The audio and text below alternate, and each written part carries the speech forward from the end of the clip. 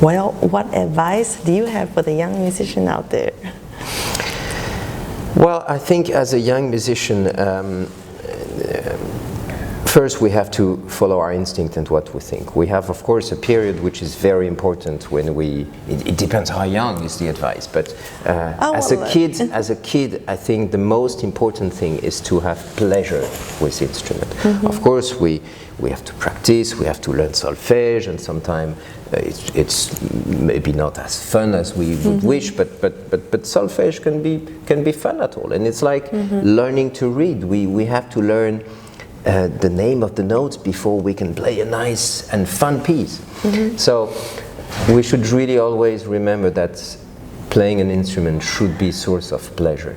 And then there is the time, of course, when we grow up, we're still young, but you know, between 10, 12 and 20, and those years are very important because those are the years that we build, of course, all the technique, and it's like building a house. You have to have really strong stones. Every stone needs to be strong and solidly put together, that the house is really stable.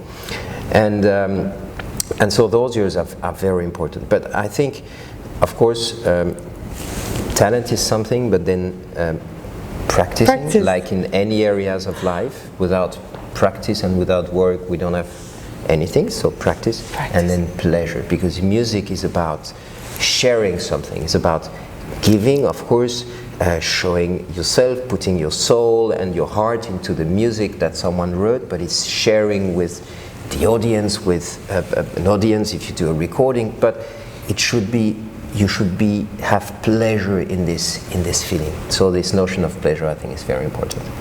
I agree with you. And I think also trust in yourself, and it's not always easy, of course, to present yourself on stage, or when you're young, you experience the first time, but really remember this pleasure and this trust on yourself when you learn something and you want to show it.